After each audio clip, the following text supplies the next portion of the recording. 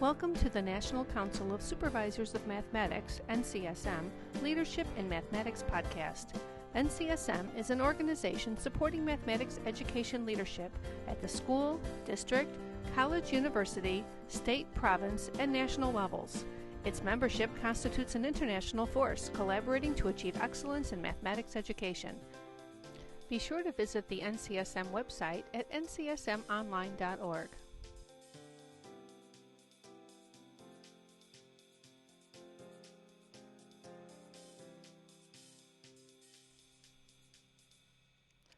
Welcome to episode 18 in the series of podcasts recorded at the NCSM Annual Conference in Salt Lake City, Utah, April 7th through 9th, 2008. This episode is the opening address by NCSM President Dr. Timothy Kanold. In his address, Tim announces the publication of NCSM's Principles and Indicators for Mathematics Education, or PRIME Leadership Framework. The PRIME Leadership Framework identifies the specific principles, indicators, knowledge, and skills necessary to lead others beyond the current reality of student performance in mathematics. Tim is introduced by Salt Lake City Program Chair Diane Bryers. Now we're going to move to one of the highlights, I think, of what NCSM has been up to for the past year. And Tim Kanold, our president, is going to be here to tell us about it. To introduce Tim, he's so well known to this audience, it's a little bit of a challenge. I think we all know him as his work in both as a teacher and then superintendent in Adlai Stevenson High School district outside of Chicago. What you might not know about Tim is that when he first started his career, he was mathematics teacher in Stillman Valley High School in northern Illinois. And as many of us, he started with 5 preps and was the basketball coach. From there, he went to West Chicago High School. And Lee Younger, who some of you know, mathematics teacher, department chair at that high school, encouraged him to present, to kind of helped him to prepare his presentation for the National Council of Supervisors Teachers of Mathematics. So Tim went to give his first presentation and about the metric system, if I believe. Yeah. And as I understand it, he had a whopping audience of 3 people. Lee Younger, Alan Foster, and the presider. And kind of the rest is history. So think about that and the role of mentoring and the people that you work with. So without further ado, here's Tim. Thank you, Diane. Thank you. Well, good morning, everybody. We are just so thrilled that you're here. You have no idea. We've been planning so hard as a board and as a program committee throughout the year to make this conference and our 40th anniversary conference a special event for you. We've really thought of a lot of different ways to help make that happen, and we hope you're going to have a great conference. I have to tell you that we made a decision as a board about 2 years ago if we can flip on to the... Thank you very much. We made a decision about 2 years ago. The board got into a pretty heavy discussion about if we are a unique organization of members because we are about leadership in mathematics education, then what the heck are we supposed to be about? What are our standards? What are our expectations? What's the vision for what we are to become? What is the legacy that we're even supposed to leave after we spend all the years working at it? And we're like, well, we don't know. We didn't really have anything that spoke to that issue, to that vision. I even imagine right now, many of you are sitting here this morning, you're just glad to get out of your districts and just breathe. You've had the kind of year that's like, okay, it's not going to be the greatest year in my legacy, but I'm hanging on. Then it's April. June will be here soon. One of the hardest things that I've learned about leading adults is that they are so messy. And they keep coming back every year. It's not like our kids that go on to the next year. The adults come back, and we got to figure out how to work with them. And so as we began this journey of creating what eventually became titled the Principles and Indicators for Mathematics Education, or PRIME, Leadership Framework, as we began to work at trying to bring some clarity and crystal clear understanding of what is it that we would even use to measure whether or not we're having a good year. How would we know? What would it look like? What would be part of it? What would we should be, we have so much energy and time and resource during our careers. What should it be dedicated toward? And that is a very, very complex question. If you actually Google on Amazon, if you look on Amazon, there are over 3,000 books on leadership and education. And we wanted to come up with just one and a fairly simple message. Not easy to do. And so I want to just make you aware that there was a process that we followed that I thought was appropriate in order to be bold enough to step forward and bring this framework to you during this conference and throughout the next few years as we begin to even understand how do we take ownership of it ourselves and how do we begin to even do a professional audit of our leadership work and figure out how to connect it to who we are and the work that we do every day within our local schools, depending on the kind of leadership position that we have.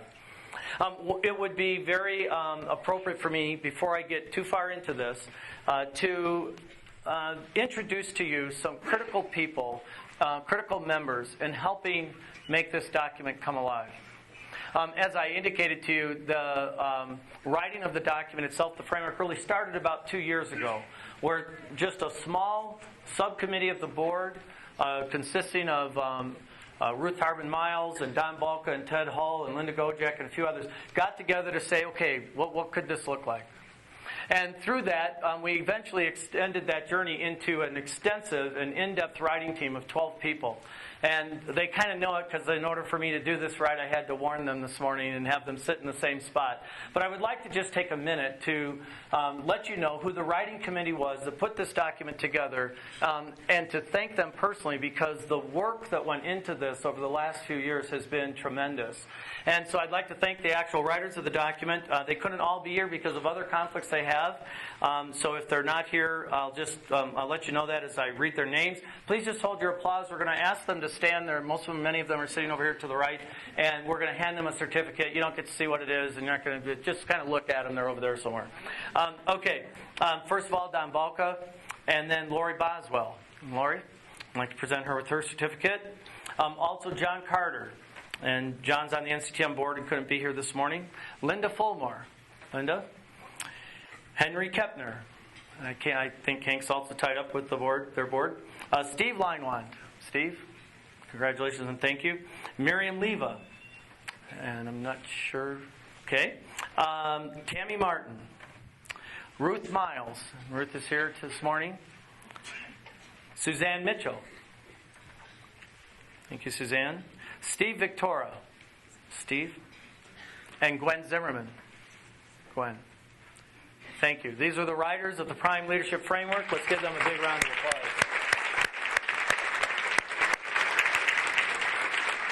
In addition, as with any framework like this, we went through an extensive review process, many drafts. I have we have rooms full of drafts, of extra drafts of this thing, as we went through probably about 27 different drafts before it got to this final document.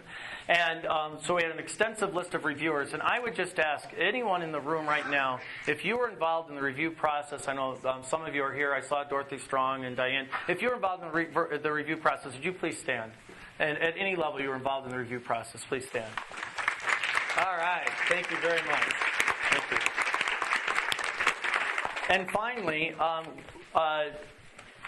we had a summer leadership retreat last summer, brought kind of an initial sort of framework to the board.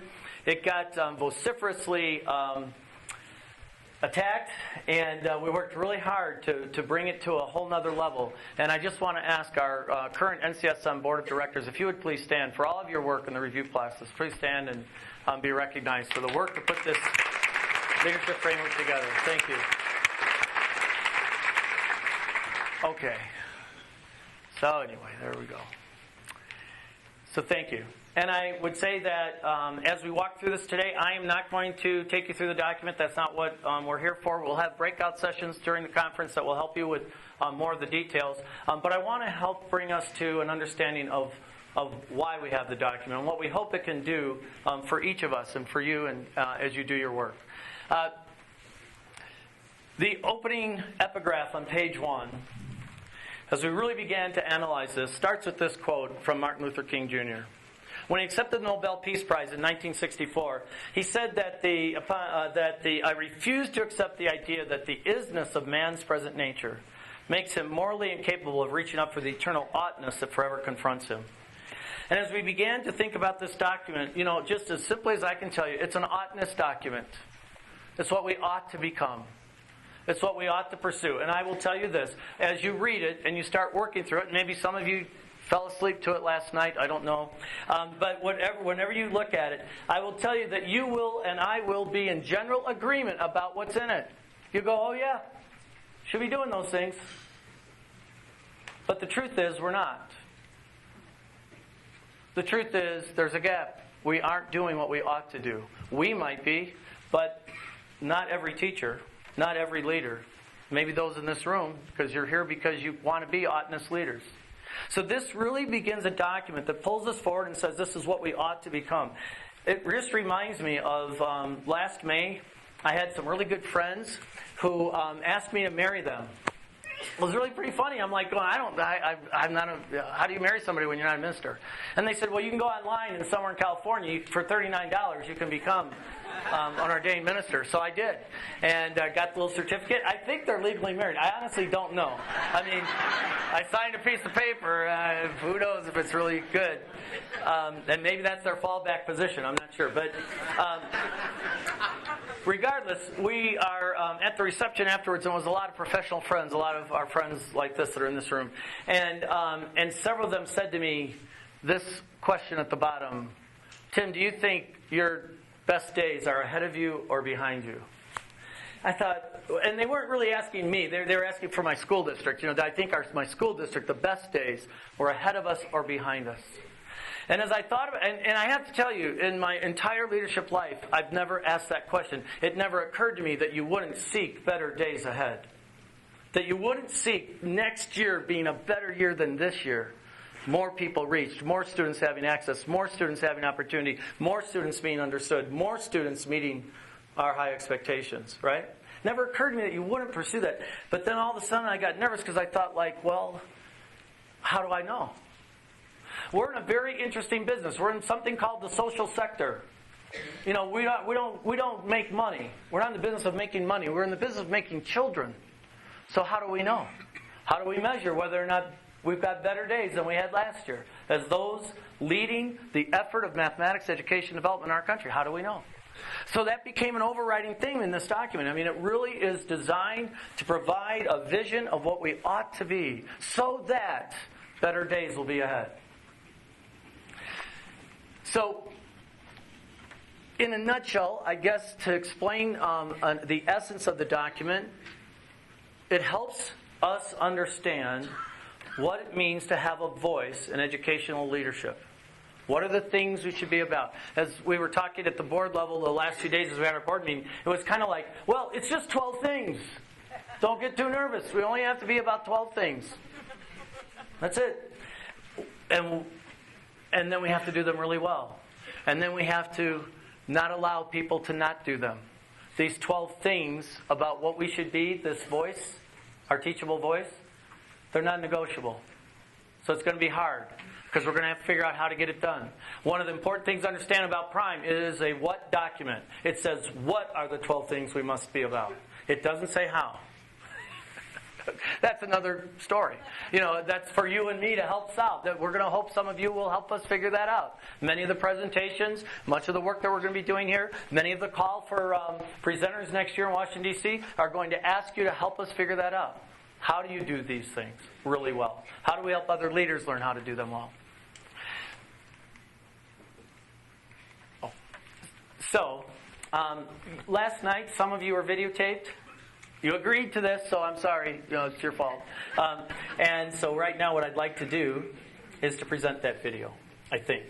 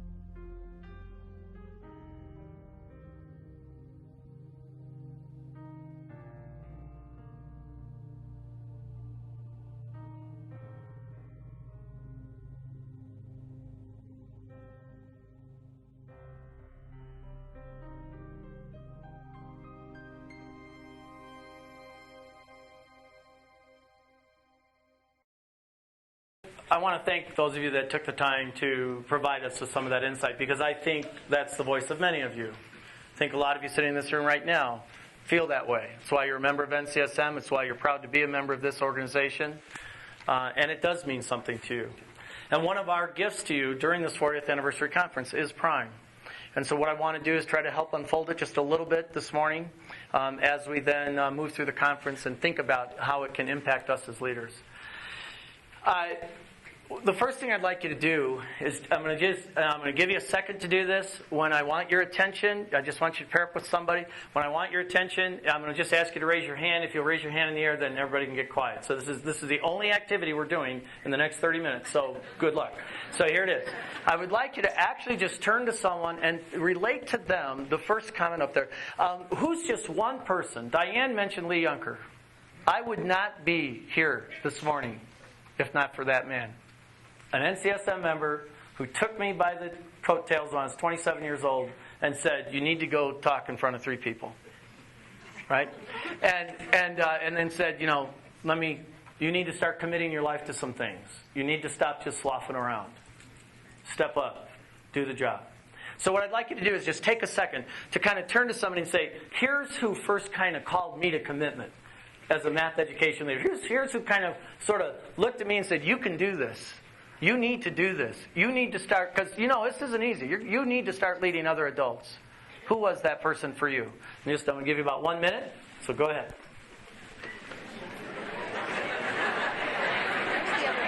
Where's the other lavalier mic so I can...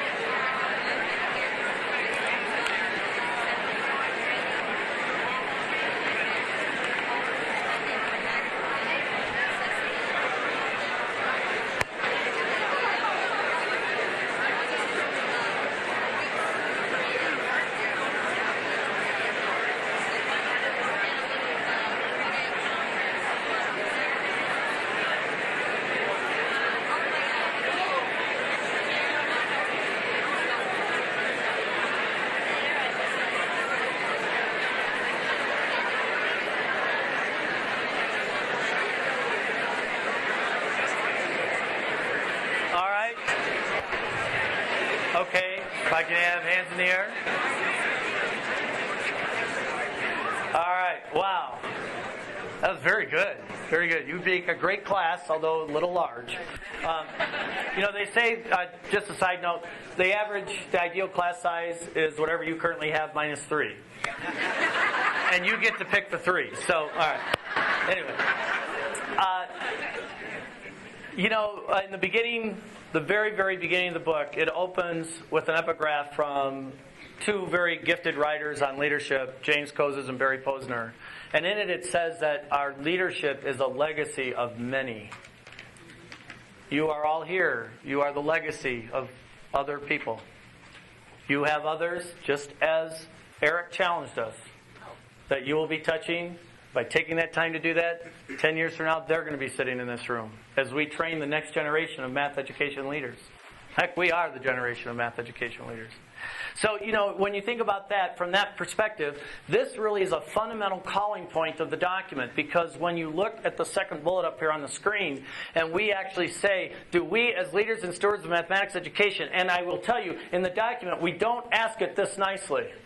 It says, do we ask and expect the people we lead, those that are in our sphere of influence, those that are around us, our colleagues, those above us, those below us, anyone in which we're trying to get across the message of what's right, what's best, what's expected, what's good for students. As we do that, it says here, do we ask and expect them to make decisions and commitments that are best for all students? And actually, that's not what it says in the document. In the document, the verb we use is ensure. That's a lot tougher verb than expect and ask. I expect you to do what's best for students. But if you don't, it's okay. Because this document says you have to ensure that every teacher who's under your influence or in your sphere has to do what's best. And when they're not, you got to step up the plate with the right kind of skills to call them to action to the right things. So that when you've got a school or a district that's 57% minority kids, and only 3% of them are in your best math curriculum, you say, sorry, we're not going to settle for that. We're going to do what's best for all our students. Well, see, so it's a tough call. I mean, this isn't just as simple as it seems. So the document uses the word ensure throughout. I just want to make you aware of that. And one of the things that we realize as well in the course of developing this leadership framework and these standards of expectations for our behavior is that it is much more than about knowing our discipline. When you decide to become a leader of mathematics teachers, when you decide to lead adult work in your school, in your local district, when you decide to do what we do, what our organization's about, when you decide to do that, then it's a lot more than about content. If you settle for that, we will fail at our jobs. We will not move forward as a country in terms of improvement in math education. The document says, sorry, you got to do more than that. In fact, you have to do what? We have to become skillful at moving the adults we lead to commitment to the right things. And we don't have that. Not all of them. I mean, you can probably write down a list right now of the adults that you're working with right now. They're driving you right up the wall and are not committed to what you even know are the right things. And they might even be, again, as I said earlier, in agreement that we should do it. But, I don't really have time to plan like that. I don't really have time to integrate the technology. I don't really have the time to figure out the language of my students, the needs of my students. It's a lot of work. So, how do we do it? Well, the document really calls us to do it three different ways. To move people toward commitment, what I've learned over my years of trying to do this well, is that the first thing that we have to do is the I'll go first approach. When you want to lead other people toward a commitment to the right kinds of things, it starts with us. I'll do it. I'll model it. I'll try it. Here it is. See, I'm doing it. I'm trying to integrate it myself. I know this is hard, but follow me. I'll go first approach. Back in about 1994, it was interesting to me because we started a movement in my district of highly effective collaborative teams of teachers. No teacher was ever again allowed to work in isolation. They had to work together in order to erase the inequities created, right, by inconsistent practices in the classroom. I mean, this is well documented. You all know this. And so there's a national call right now to really work hard to begin to get teachers moved out of isolation into effective collaboration with one another around best experiences for students, around student work and student understanding, student lesson plan, all those great things, right? Well, we started this about 1994. And I was leading the movement for my district in math and science. I was director of math and science at the time. And what was really interesting about that was I was on a team. I was one of the members of one, I had to I'll go first approach. So I was on, actually, it was an AB calculus team. It doesn't matter what the content was, but I was on a team. Except my participation in the team was, well, you guys do the work you need to do. Because I'm the division director, I don't really have time to meet with you as a team, and I'll just listen in what you're doing. It wasn't a very good I'll go first approach. And I learned some valuable lessons from that about having to even surrender my own ego, because sometimes I'd be in those darn team meetings and I'd have to ask for help. And I'm supposed to be the leader. I'd be like, I don't really know how to teach that well. Could somebody tell me? So I was getting exposed, oh no. So there's a lot that comes with this I'll go first approach, because we might fail in front of other people. We might not always get it. And yet it's a very, very powerful part of this document. In fact, in the document, it's called Stage 1 Leadership. As you read the entire document, from time to time, you'll see that icon up there in the upper right-hand corner. That icon, that little starburst, is you and me. Isn't it kind of cool? It's like we're starbursts. Okay. Hey, I like the graphic, all right? So, and it's titled Leadership of Self. We cannot lead people to places we aren't willing to go. So a big part of the document really spells out this kind of making a difference in self. And in fact, we call it know and model. That our first, and remember, it's only 12 things. So we must know and model 12 things. That's it. If we can do that, we're on the path of what we call stage 1 leadership. We even talked about having a stage 0 leadership stage, but because you might not even be on the stage yet. But then we're, no pun intended. But we were okay, that might not make you feel very good. I think in the actual rubric for how you assess yourself here, we have a professional audit in the document that you can use at the back, and they're reproducible. You have permission to reproduce them. It's funny because level 1 of stage 1 is I have no understanding. So you're still in stage 1 though. You just because you now recognize you don't have the understanding, of how to perhaps lead that particular one of those 12 things. So the leadership of self really creates a great theme throughout the framework that just says a stage of leadership in these 12 areas is just to lead myself first.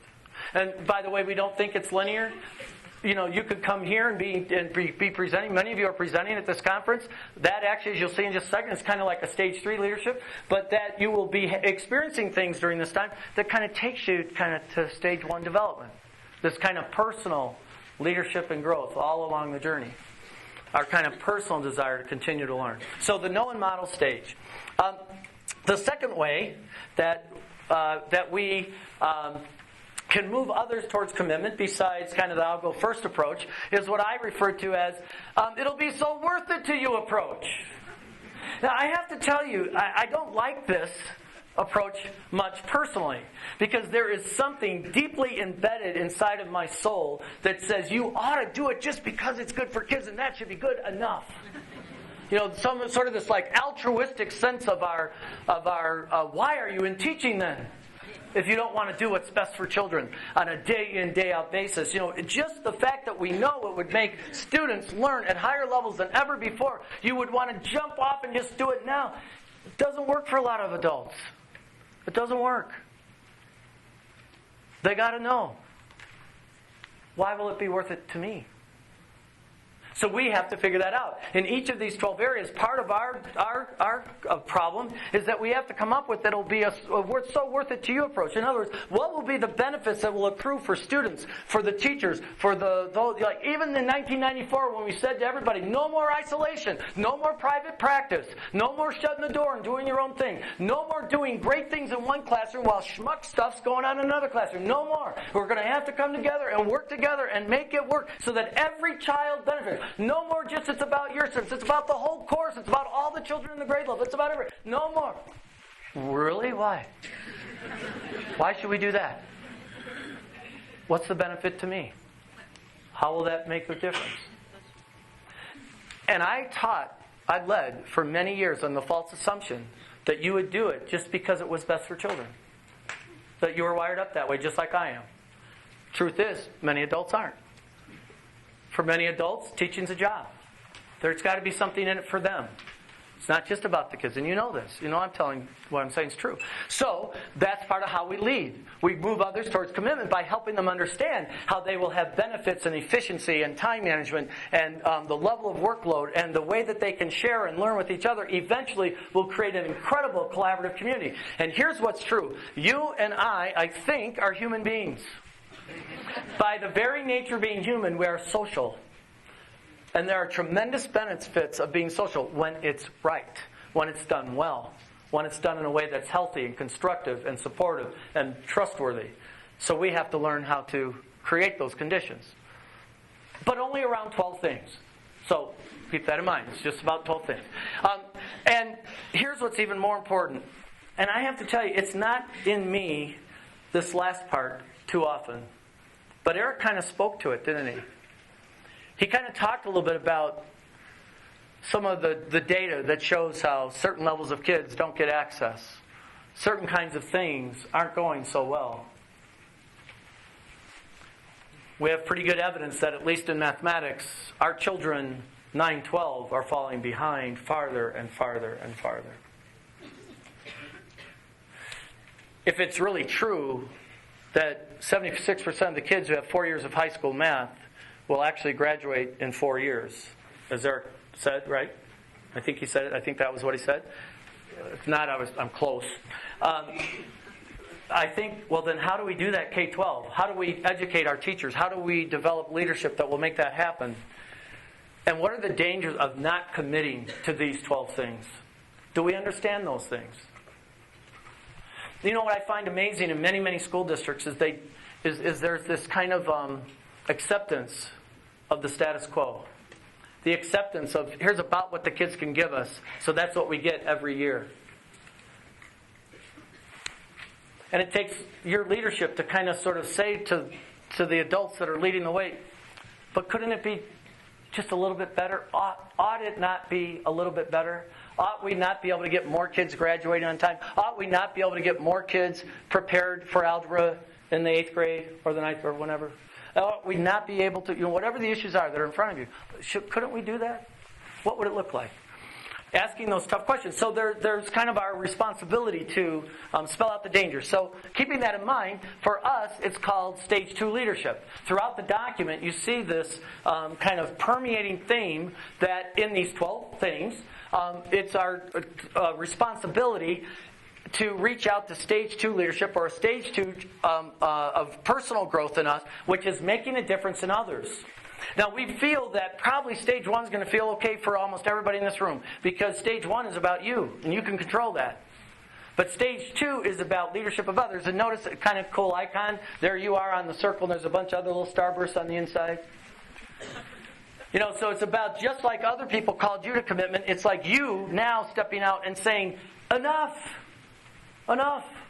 We're not going to allow these kind of tracking policies to happen anymore. We're not going to allow certain groups of kids not to have these great experiences. We're not going to allow certain classrooms to have one type of experience while others have another. We're not going to allow for students to experience mathematics in any way, on any day, in any lesson, in any form that is not relevant and meaningful. We're not.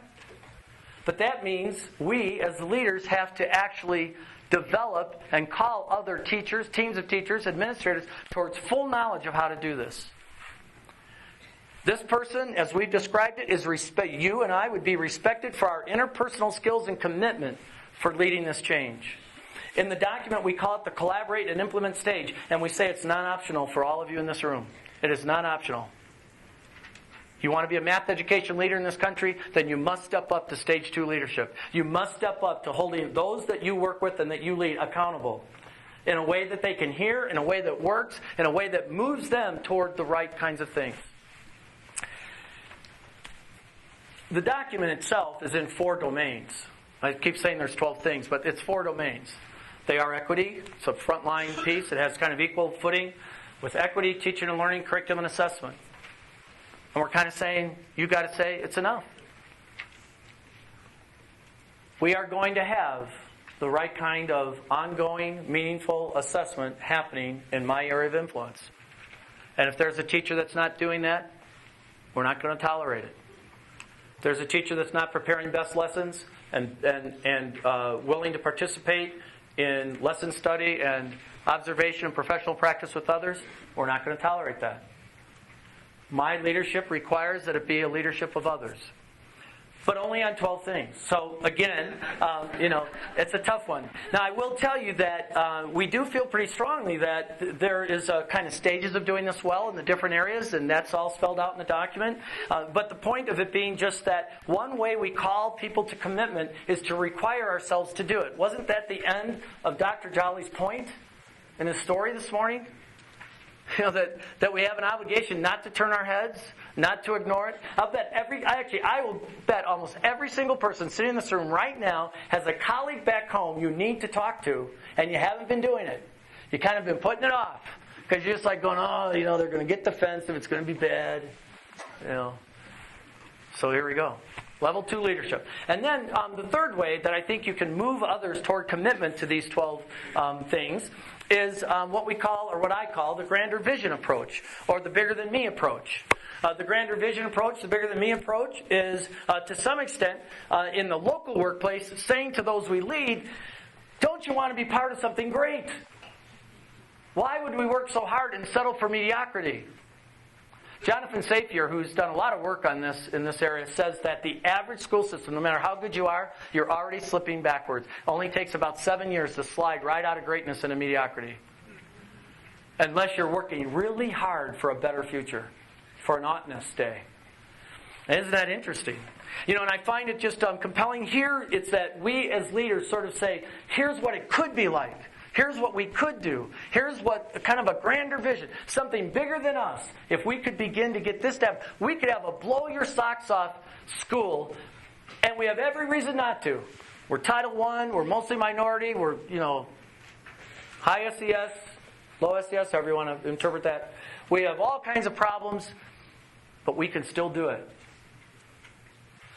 So, it's kind of, do you want to be part of something great approach during the course of your life? And we have to call people to that. Now, in the sense of the document, it's what we call Stage 3 leadership. We call it making a difference beyond the school in terms of your own leadership growth. We see this as sort of an optional stage that you may or may not reach yourself into in different areas because you may not be in a position to be allowed to do it or be able to do it, or you may be in a time in your life where it's just not kind of on your plate.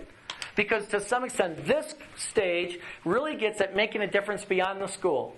Many of you are here. Many of you are, you're networking here. You're working to learn more. That's why I love the comments in the opening video. I get a chance to expand my own knowledge and work beyond just my local workplace. And Stage 3 leadership on each of these 12 things talks about what that would look like, what it would be. And in a kind of soft way, and the icon, get it, see, beyond the worldly, see the world, okay. And in this particular stage of leadership, we actually suggest to you that perhaps as your career allows as a leader, you might pick or choose your place. Maybe there's one or two things out of the 12 where you'd say, you know what, I'm going to get really, really, really great at that. So, as you read through the document, you'll see that, and those issues will be highlighted by that icon throughout the document. I want to take just a second to talk about this issue of the voice of a prime leader, what we're saying a prime leader. Noel Tishy, how many of you have ever heard of Noel Tishy? Okay. Well, Noel Tishy is very famous, actually. Perhaps, but not in our circle necessarily. But Noel Tishy is the dean of the School of Leadership at University of Michigan. And he's written a wide variety of books and literature on leadership and what that looks like. And one of the things he talks about is your teachable point of view, your teachable voice. What is it that you are teaching today to those you are leading? In a sense, Prime is it's a voice document. It's sort of saying, this is what we want to teach. This is what, as an organization, we want to be about. These are the things these 12 things are the things that we really want to pursue and go after. It is our voice. And all of us, whether we know it or not, in both our personal and our professional relationships, we have a teachable voice. We might not always be able to articulate it, but the way we speak, the words we say to people, we are basically positioning our beliefs and our voice in front of them. And Noel Tish even does a tremendous amount of work with people, with leaders like you and I, on how to articulate that teachable voice in a way that's clear and precise and concise. And as leaders, that's the first step sometimes in just getting started. It's kind of a step in a how-to. Well, in terms of the voice of a prime leader, what Prime does is it presents sort of a challenge for us to leave this legacy of many. It's a teachable voice that just sort of says the power of the impact we have on others, even when we don't think it might be that great. I will tell you a quick follow-up story. There was a point in time where I don't remember, it was Philadelphia, and I don't remember the details. It was quite a long time ago. And I gave a message, and Steve Lyman actually came up to me after. He says, Tim, you really need to be careful what you're saying because people are starting to listen. So I was like, whoa. I had no idea what that meant, but I thought it was a compliment. A legacy of many. Prime, the document itself, will point us to this vision for this oughtness, this better day. And the message of Prime is that the time is now. Not next year, not 5 years, not 10 years into your legacy. I don't care what age you're here. I don't care if we have novice leaders here, veteran leaders here. There is an urgency to now in terms of the work we're doing, which is critical and important. We hope the document is going to provide a visionary experience for you, a tool that you can use to help lead others. You're going to read the document and think, gosh, this is really for my teachers. And the answer is yes. We are the vehicle that is going to have an impact on teacher leadership so that it can have an impact on student achievement and leadership. And so it's our hope for you, for all of you, that we'll be able to provide a basis through this document and on into the future now that will help you in your jobs as you focus people. Now, whether you noticed it or not in that video, the 12 things were revealed. So you'll have to go to the breakouts to find out more detail about them. So let me just finish with this. It's on page 58. It's the last page of the document, and it comes in the executive summary. In the executive summary that we've provided for you, this will be free. It's downloadable online. You can give it to your administrators and then move forward from there. However, here's what we say at the very end. In the opening epigraph of this document on page 3, Kouzes and Posner reminded us that a leader's legacy is the leader's legacy of many. Ultimately, the success of a mathematics education leader, that's you and me, resides in our ability to impact and leave a legacy on the next generation of mathematics education leaders and programs. When leaders decide to make a difference, they choose to take a stand and commit themselves and others to complex yet crystal clear set of leadership actions. And there's only 12 of them. So don't forget that. Just 12 simple leadership actions. That's all you got to do. Prime describes those actions upon which each of us must take a stand, in which we must, paraphrasing, must call others to work toward. Every leader, every one of us, is capable of making commitments on things that matter and giving meaning to values that will significantly impact student learning. This is what it means to live a courageous leadership life. This is what it means to be a prime leader. And our hope, our board, and all the hard work they've done for this, our hope for NCSM and its members over the next 3 to 5 years is that Prime will help you be focused to have a courageous life. So we thank everybody for being here. Have a great conference. Thanks so much.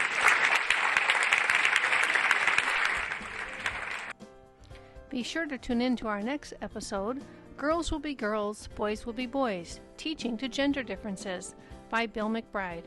And visit the NCSM website at ncsmonline.org.